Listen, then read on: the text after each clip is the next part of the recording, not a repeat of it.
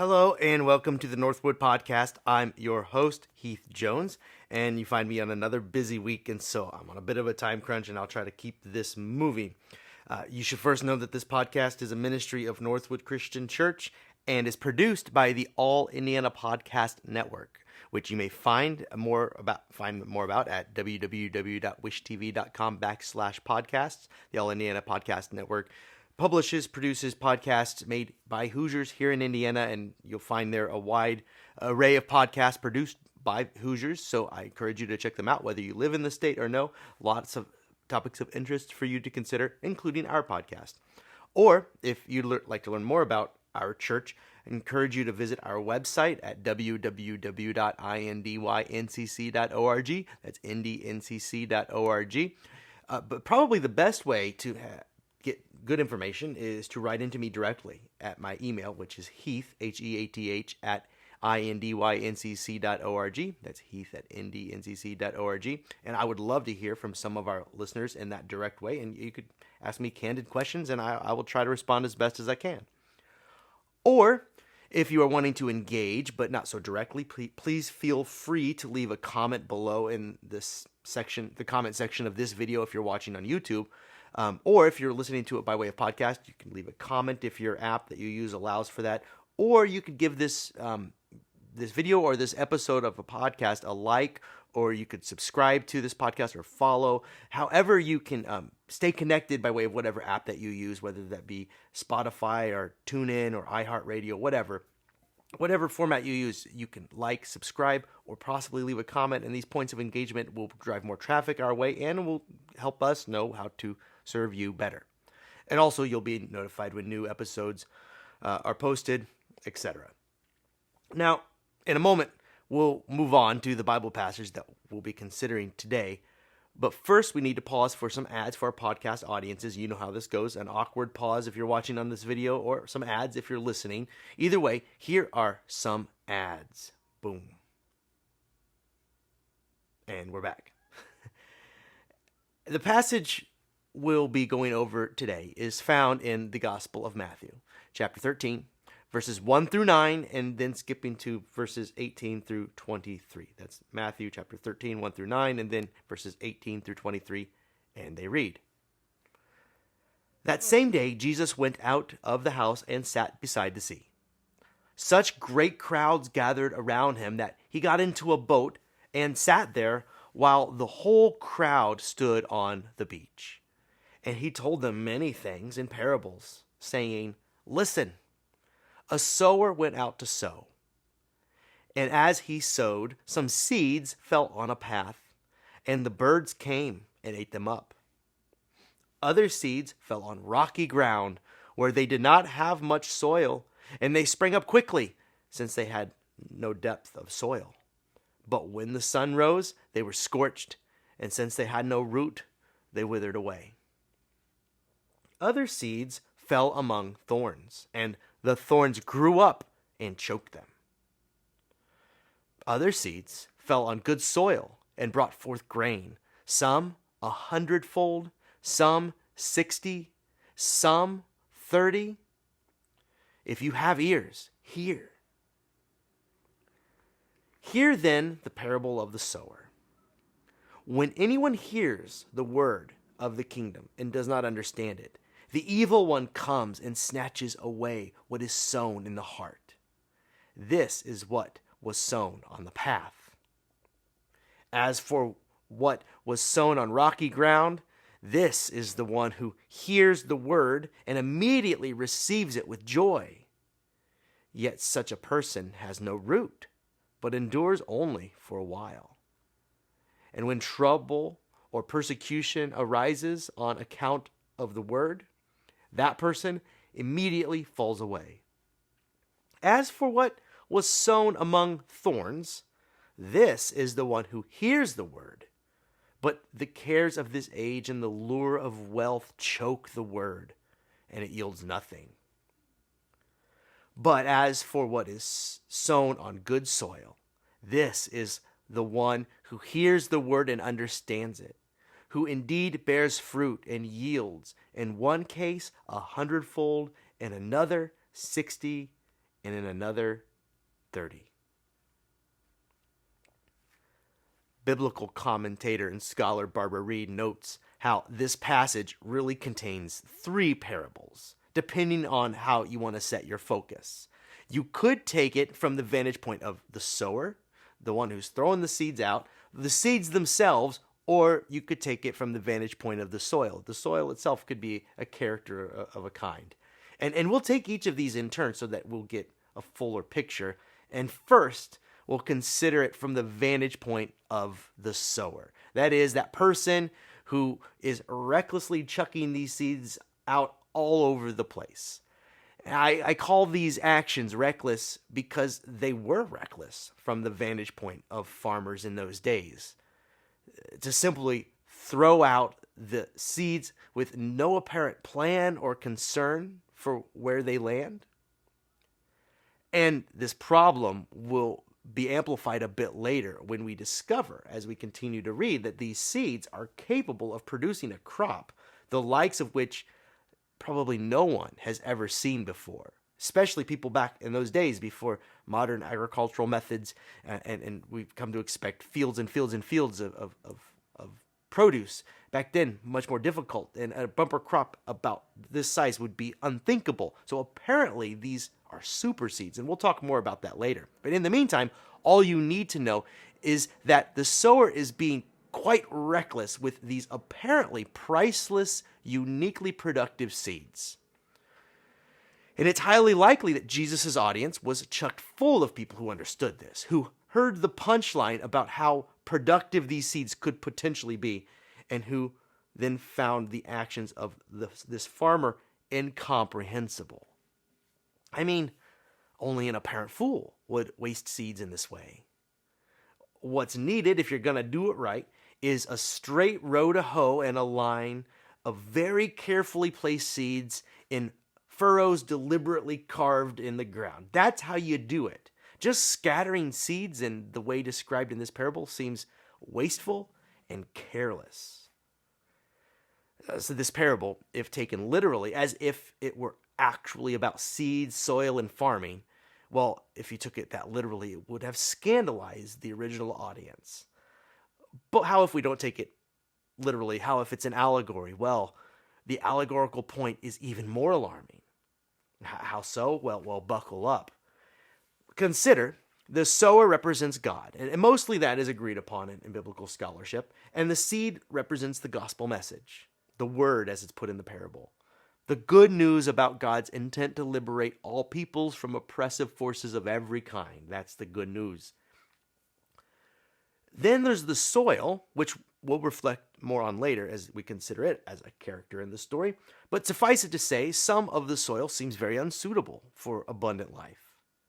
But regardless of the soil, rocky, hard, fertile, rich, whatever, the sower, the God character, scatters the seed without discrimination on all and any types of peoples. Jesus reveals here the love of God by sharing it with tax collectors, Samaritans, and sinners of different varieties.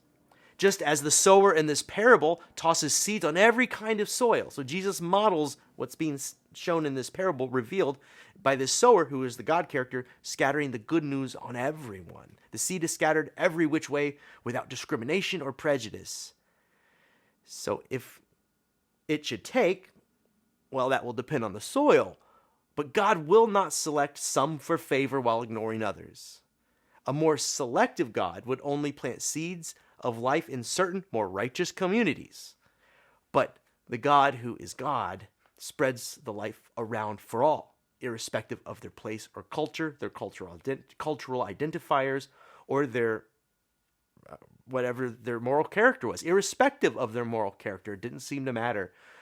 So-called good people and so-called bad people, all of us, your enemies and mine, have all been benefactors of God's love, which God has shared with them just as God has shared this love with us. Or, as biblical scholar and commentator Barbara Reed summarizes it, Jesus preaches the word to all, offering God's inclusive love to all kinds of people.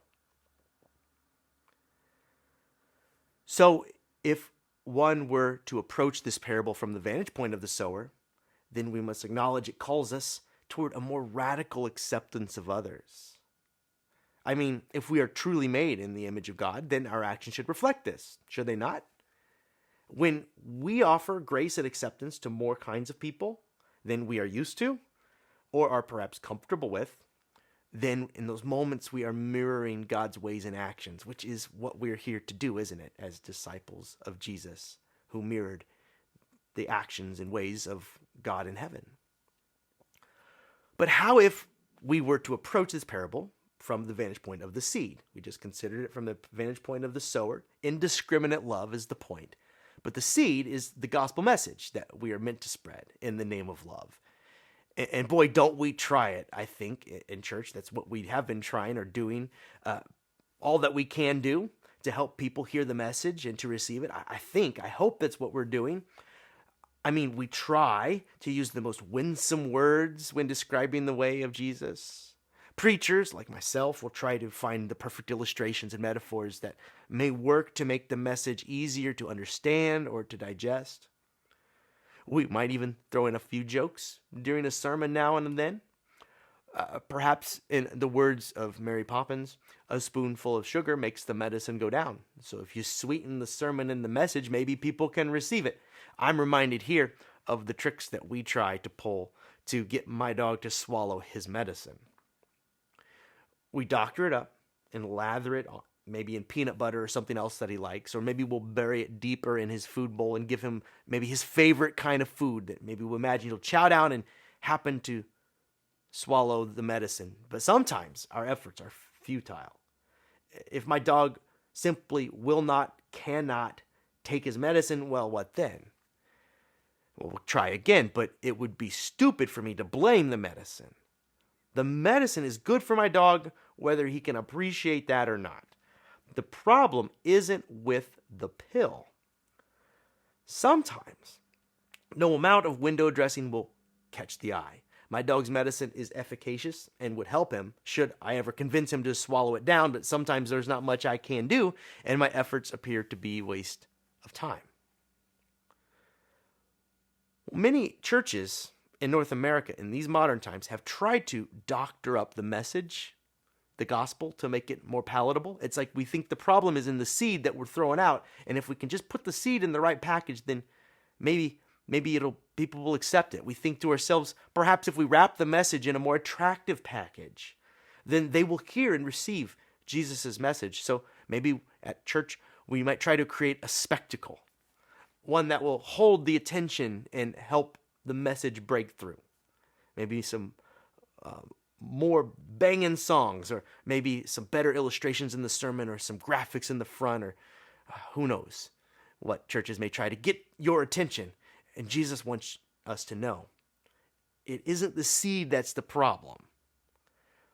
If the seed represents the gospel, and I think it does, then the seed isn't the problem. The problem isn't the content of Jesus' message or what it calls us to do with our lives.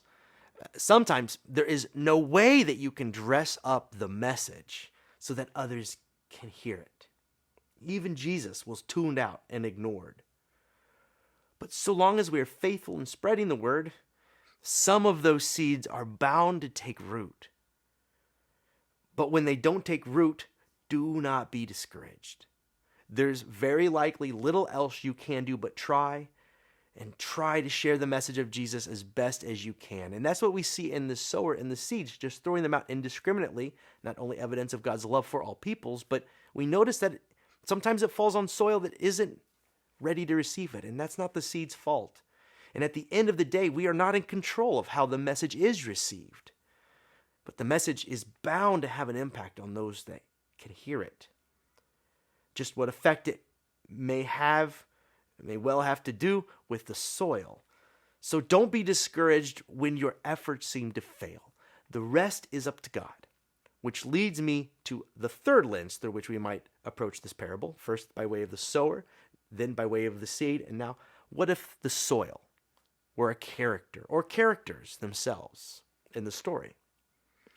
Later, when Jesus explains the parable to his disciples, Jesus makes this point. He explains how the success of the seed will depend on the soil in which it falls. In other words, for the gospel of Jesus to take root in our hearts, this will depend in large part, if not in the most part, on the soil. And the soil represents the human heart. And if the heart is hard, it cannot receive the good news of Jesus. Jesus describes 4 kinds of soil to help us better come to terms with the various ways to reject the ways of Jesus. The different kinds of people that might hear the word or not hear the word, or have the word preached at them or to them, and for whatever reason, it doesn't take. Some seed lands on the path. This is the hard and solid ground. The seed sits on the surface for a short while and is then snatched up by the evil one, as Jesus put it. That is, the message may fall on a hard heart, one that will not allow the message to even scratch the surface. And that seed is then snapped up as if by scavenging birds. Or perhaps the phrase "in one ear and out the other" is apt here. Either way, the gospel makes little to no mark on this sort of person, and the moment in time passes them by. Perhaps this one is hard-headed and cannot receive outside of advice of any kind, or perhaps they are too proud, perhaps they are too distracted by life to even hear an outside voice. Either way, a hard heart and a closed-off mind may keep us from receiving what it is that Jesus might give us. And this is true of you and me as well. I think we can find ourselves in each of these soil types as we move forward. I see myself in this one sometimes. But then some seed lands on rocky soil. That's the next kind of soil Jesus talks about. And the rocky soil is Jesus' allegorical way of describing someone who is something like a fair weather fan. A fair weather fan is someone who stands by their team up until the going gets tough. As a Colts fan, the Indianapolis Colts here, that's where my church is in Indianapolis, Indiana, and as a Colts fan, I can relate.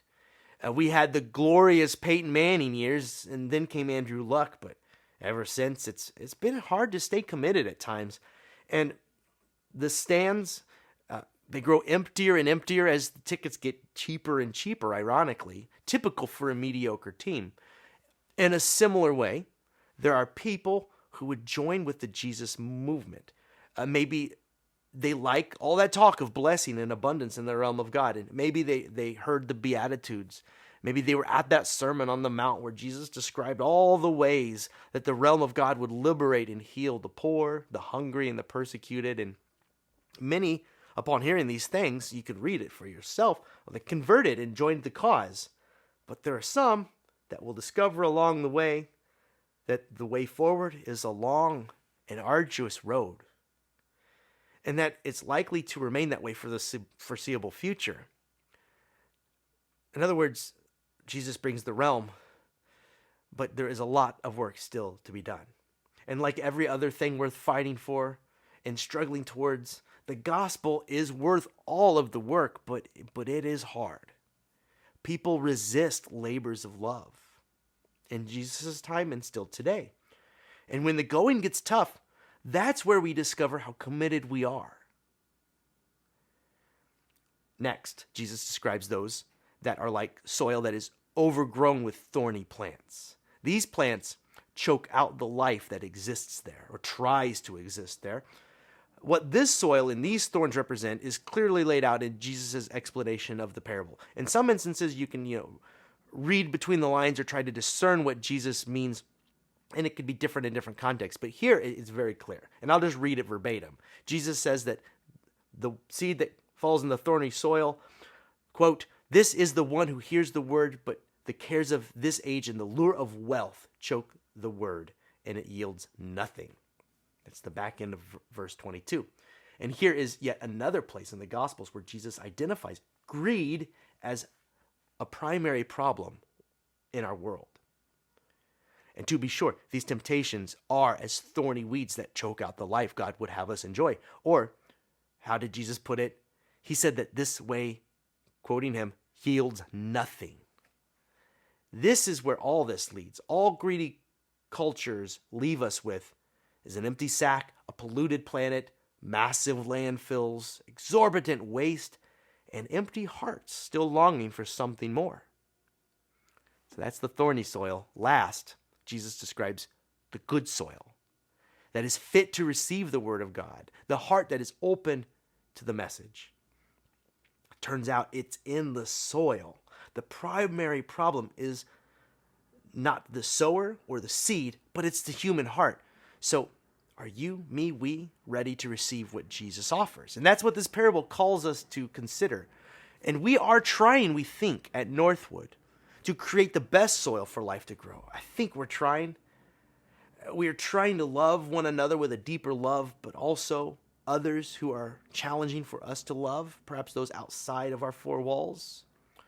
And such love restores lives and deepens the bonds of a church. This is an essential ingredient for our soil, but we are also trying to endure, to be resilient in the face of challenging times, to be not like the rocky, thin soil.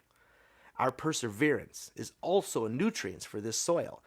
And this shows just how committed we are to Jesus' way of love and sacrifice in the name of love. And we hope to be an inspiration to others. And we're also trying to untangle ourselves from this thorny mess of consumerism and greed, to be not like the thorny soil. To be sure, the church at large has been sorely tempted and has in many ways caved to the demands of our consumer culture. We have been very thorny. We refrain from caring for the poor for fear of running out of resources. Churches in history have been notorious for stockpiling wealth and resources, whether they be invested in our buildings or our bank accounts or our pastors' salaries. And those outside of our churches have seen this and have been turned off in a big way. Those churches planted in thorny soil. So an essential ingredient to our soil must be greed's opposite, which is generosity. When Christians show that they are ready to put their money where their mouth is, literally, and be generous, I think that they may notice. And here at Northwood, my church, we are committed to try. We cannot help who God loves, which is everyone. We cannot help how people receive the word. That's up to them and the state of their minds and hearts. But if the problem is in our soil, in our hearts collectively at Northwood, and our hearts as individuals, there is something that we can do about that. Just as a gardener might create a space where life-giving food might grow in the ground or be more amenable to life-giving food to grow, we can help to create a community around us where when people meet us, they will quickly intuit that our hearts love with the same love revealed in this parable. That the soil around us, the environment that we've created here, is richly nourished by the love we share with one another and with others outside of our walls. I don't know if you've ever mixed up your own soil for planting, say for a raised bed garden or some other potted plant, but if you have, you'll know that rich, nutritious soil has more than one ingredient. And here in this parable, Jesus is giving us the ingredients for a community that is ready to receive a word from God and be changed by it. That is ready to live into our calling. A community that fits the description of the rich, fertile soil, as we find its description in the opposites of the hard soil, the rocky soil, and the thorny soil. So according to this parable, the three ingredients, or at least three of the ingredients for healthy soil for a church, are love, endurance, and generosity. Love, endurance, and generosity. And the result, and this is what I want to leave you with, the result of living a life this way, and modern readers may miss this, but the last line of the parable and its explanation is perhaps the most jarring as it describes the result of living this way. I'll just read for you verses 8 and 9. It reads, "Other seeds fall on the good soil and brought forth grain, some 100-fold, some 60, some 30. If you have ears, hear." In order for you to appreciate just how jarring this line is, consider it carefully. One seed is planted in good soil, a soil that is nourished with love, with endurance and generosity, and it yields 30 times what was put in, or 60 or 100. It's completely wild, completely out of control. Such a crop would be at scale beyond what the minds of Jesus' audience could comprehend, nearly an unfathomable amount of food. And likely this parable was first told in a time of scarcity as well. It's as if Jesus is saying, a life lived with me is that enriching. It is that nourishing. You might not grow rich in the ways that our cultures value, but you will grow rich in the ways that matter the most. If you will open up your heart to this message and love recklessly, struggle through in the name of that love, and then resist the allures of our consumer culture and all of its greed, then you will receive blessing beyond what you at first sought after, what you sought after as you chased down our culture's obsession with greed. If you can let that go, what comes with the gospel is far better. And maybe you can't imagine it, but I've seen it in the faces of those who have lived well.